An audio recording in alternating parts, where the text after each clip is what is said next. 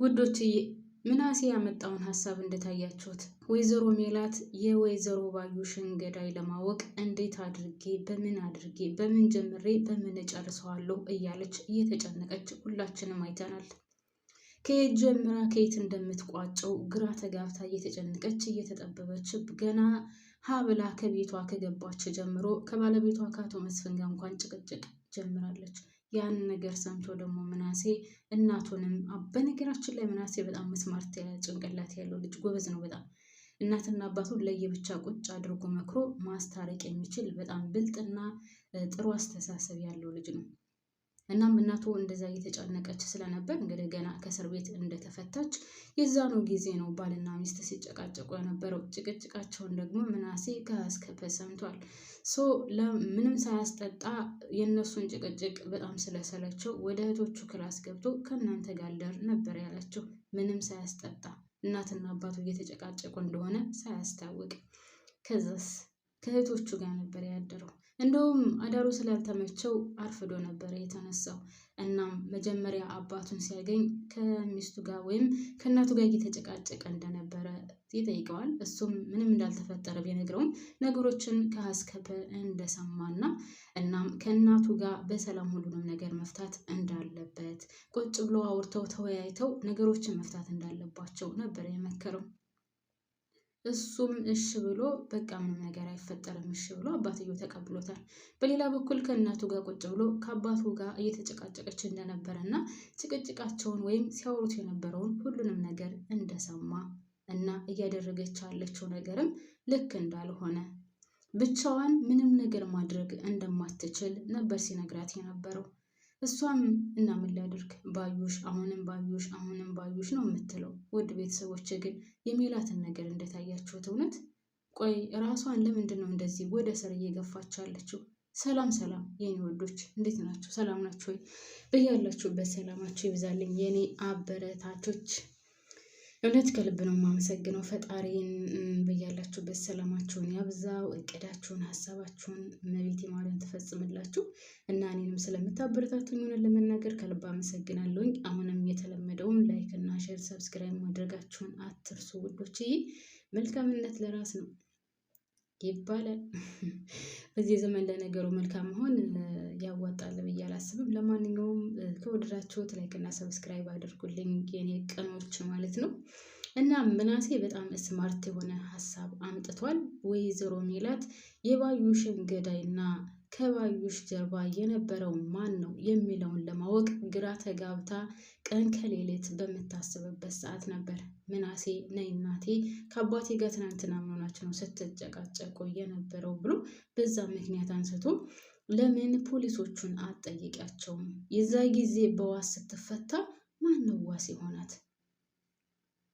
ሲቀጥል ደግሞ ሲጠይቃት የነበረው ሰው ማን ነው የሚለውም ሂደሽ ፖሊሶቹን ጠይቂ ሲላት እሷም እውነት ግን ነው ምናሴ ለምንድን ነው ይሄ ነገር እስከዛሬ ድረስ ያልመጣልኝ?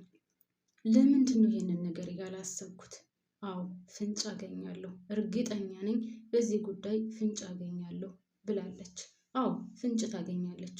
ነገር ግን አሁንም ቢሆን ወይዘሮ ሜላት እያደረገች ያለችው ነገር ራሷን ወደ እስር ቤት የሚገፋፋ ነው። ምክንያቱም ሁሉን ነገር ብቻዋን ማድረግ ትፈልጋለች። ሁሉን ነገር እሷ አድርጋ ወይም እሷ ፈጽማ መጨረስ ትፈልጋለች። ካስታወሳችሁ ወይዘሮ ባዩሽን እሷ መግደል ትፈልግ ነበረ። ሽጉጥ ይዛ ግንባሯ ላይ ደቅና በግንባርሽ ልምታሽ፣ በጆሮሽ ልምታሽ፣ በጉንጮሽ ልምታሽ፣ አንገትሽን ልምታሽ እያለች ብዙ ነገር ስትላት ነበር አይደለም? የተወሰነ ጊዜ እሷን ለመግደል እያዛተችባት ነበር። አሁን ከሞተች በኋላ ደግሞ ተቀይራ ስለ እሷ ሞች እገኛለሁ አካኪ ዘራፍ፣ እሷ ልጅ የላት፣ እሷ ባል የላት፣ ፈልጋ ያገኘችው ነገር የለም፣ ጠይቃ ያገኘችው ነገር የለም እያለች አካኪ ዘራፍ ትላለች በራሷ ጊዜ። ሲጀመር መጀመሪያውንም ራሷን እስር ቤት ያስገባችሁ ለምን አትሉኝም? ስለ ወይዘሮ ባዩሽ የምታውቀውን ነገር ለፖሊሶቹ መናገር አልፈለገችም። ስለ እርግብ የምታውቀውን ነገር ለፖሊሶቹ መናገር አልፈለገችም። ስለዚህ ራሷን ደብቃ ራሷን ጸጥ አድርጋ በራሷ ጊዜ እስር ቤት ገባች። ወይዘሮ ባዩሽ ጋር እንደሚገናኙ ለፖሊሶች አልተናገረችም። በጣም ብዙ ነገሮችን ድብቅ በድብቅ አድርጋ ነው ስትኖር የነበረው። ስለ እርግብ ራሱ እርግብን አሁን እገላታለሁ፣ አልተዋትም፣ አልለቃትም ስትል የነበረችው ልክ ከእርግብ ጋር እስር ቤት ሲገናኙ እናትና ልጅ ሆነው ነው ቁጭ ያሉት። ስለዚህ ሜላት ራሷን ነው አሳልፋ እየሰጠች ያለችው። እንደውም ከማንም ከምንም በላይ ማን እንደሚያሳዝነኝ ታውቃላችሁ? ሜሮን ያለ ስራዋ ነው እዛ እስር ቤት ታስራ ያለችው። ያለ ወንጀሏ ነው እዛ እስር ቤት ታስራ ያለችው እውነት ለመናገር። ለማንኛውም አሁን ወይዘሮ ሜላት እርግጠኛ ነኝ ፖሊሶቹን ታናግራቸዋለች። ወይዘሮ ባዩሽን ዋስ ሆኖ ማን ነው ያስፈታት፣ ማን ነው እየመጣ ሲጠይቃት የነበረው የሚለውን አንስታ እንግዲህ ትጠይቃቸዋለች ብዬ አስባለሁ። ምናልባትም በዚህ ምክንያት ወይም ደግሞ በዚህ ጉዳይ ያን ሰውዬ ወይም አቶ ቃለአብን ሊደርሱበት ይችላሉ። ከዛ ውጭ ግን ምንም አይነት ምክንያት ሊኖራት አይችልም ሰውየው ጋር የምደርስበት። ስለዚህ በሚቀጥለው ምናልባትም እነ አቶ ቃለአብ የሚገኙበት ወይም የሚያዙበት ዋናዎቹ ገዳዮቹ የሚወጡበት ጊዜ ይሆናል ማለት ነው። ሲቀጥል ያው ሜሮን በቀላሉ ትለቀቃለች ብዬ አላስብም ውድ ቤተሰቦች። ምክንያቱም እንደ ተባባሪ ስለምትታይ ምናልባት ቅጣቱ ቀለል ሊላት ይችላል እንጂ ያው ትታሰራለች። መታሰቧ የማይቀር ነው። ሌላው ውድና የተከበራችሁ ቤተሰቦች የተምቹና የድንብላል ነው። እንግዲህ ተምቹ የእርግብን ስም ሲሰማ ሰውነቱ ሁሉ ድንዝዝ ነው ያለው። እርግብን በጣም ይወዳታል፣ ያፈቅራታል እና እኔ በጣም የሚያሳዝነኝ ነገር ግን ድንብላል እንዳትጎዳ ነው። ድንብላል አሁን እወድሻለሁ፣ አፈቅርሻለሁ ብሏታል። እሷም በቃ ፈንድሻ በፈንድሻ ሆናለች። ሲቀጥል አሁን የእርግብን ድምፅ ሲሰማ ደግሞ ምን ይፈጠራል? እውነት ከእርግብ ጋር ይሆናል? እቺ ተንከሲስስ ከእስር ቤት ከወጣች ድንብላልን በቀላሉ ትተዋታለች ብላችሁ ታስባላችሁ? አትተዋትም። ባትገላት ይበጎ ነው። ጌታ አትተዋትም። ተምቹስ ምን ያደርግ ይሆን? ከድንብላል ጋር ይሆናል ወይስ ደግሞ ከእርግብ ጋር? በዛ ላይ ተምቹ አሴር ሲመክረው እኔ እንዳንተ ብሆን ኑሮ ሄጄ ጠይቃታለሁ እስር ቤት ብሎታል። አሁን ሄጄ ልጠይቃት ወይስ አልጠይቃት በሚለው መካከል ላይ ነው ያለው። አሴር ድንብላልን እንደሚያፈቅራትና እንደሚወዳት ያን ያክል አያውቅም። ነገር ግን እርግብን እንደሚወዳትና እንደሚያፈቅራት ያውቃል። ስለዚህ ለዛም ነው የገፋፋው። እኔ በአንተ ቦታ ብሆን ኑሮ ሄጄ ጠይቃታለሁ እስር ቤት ነው ያለው። አሁን ተምቹ ግራ ተጋብቷል። ከማን ጋር ነው የሚሆነው? በዛ ላይ መጨረሻ ላይ ካስታወሳችሁ ሲለያዩ ጥንብር ኩሱን አውጥታ ነው የተለያዩት። ያው በሰዓቱ ተናዳ ነበር፣ ብዙ ችግር ነበረባት ምናምን። ቢሆንም ግን እንደዛ መናገር አልነበረባትም። በሰዓቱ ሲጀመር አትወዱም አታፈቅረውም ነበረ። ያው ወደ ውጭ ይዞ ይወጣል ብላ አስባ ስለነበር በዛ ምክንያት ነው እንጂ የቀረበችው። እና ውድ ቤተሰቦች ለማንኛውም እየሆነ ያለው ነገር ወይም ደግሞ ወይዘሮ ሜላትም እያደረገች ያለችው ነገር በጣም ግራ የሚያጋባ ነው። ምናልባትም በድጋሚ ወደ እስር ቤት የምትገባበት ጊዜም ሊኖር ይችላል፣ አይታወቅም። እንደዚህ ብቻዋን የምትሄድ ከሆነ ብቻዋን ነገሮችን ለመጨረስ የምትጓዝ ከሆነ በተለይ ለፖሊሶቹ ማታሳውቅ ከሆነ እውነት ነው የምላችሁ ራሷን እስር ቤት ነው የምታገኘው።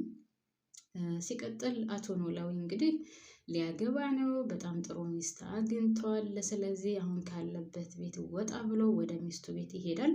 እንግዲህ ባለቤቱም እኔ ገንዘብ የለኝም፣ ገንዘብ ስለሌለኝ ሽምግልና መላኬ በጣም የቸኮልኩ መስሎኛል እያላት ነበር። እሷም ዝም ስላለ ግራ ተጋብታ ስለነበር እሷም ታዲያ ምን ችግር አለ? ሴት ልጅ እኮ የጎደለን ነገር የምታሟላ ናት እና እኔ ንብረት ቢኖረኝ ከኔ ጋር አብረህ ብትሆን ምን ችግር አለው?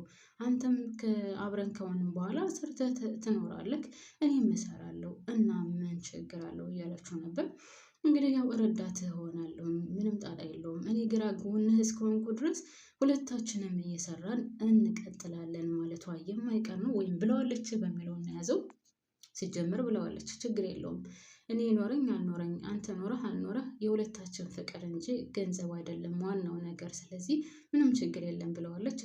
ሲቀጥል ደግሞ ምናልባትም ከነ ወይዘሮ ሜላት ድርጅት ስራ ይቀጠራል ብዬ አስባለሁ። ምክንያቱም ሀኒቾ ዝም አትለውም። እንደዚህ ስራ የሌለው ማለት አቶ ኖላዊ ሁላችንም እንደምናውቀው በጣም ዋጋ አክባሪ እና የሴት ገንዘብ የማይፈልግ ራሱ ሰርቶ ሚስቱ ማኖር የሚፈልግ ሰው ነው። ስለዚህ ይህንን ነገር ደግሞ የአባቷን ጸባይ ወይም የአባቷን ማንነት ሀና ስለምታውቅ ከአባቷ ማለት ከነ አቶ መስፍን ድርጅት እንድቀጠር ታደርጋለች ማለት ነው። ሌላው አሴር ነው። አሴር ወይዘሮ ሜላትን ለመጠየቅ ሄደው ነበር እና ገንዘብ ተጠይቀዋት እንደነበር ምናምን አቶ ኖላዊ ሰምቷል። ነገር ግን ወይዘሮ ሜላት አሁንም ቢሆን በችግር ጊዜ ካጠገብ እሆናለሁ፣ መቼውንም ቢሆን አንተን አልረሳህም ብለዋለች።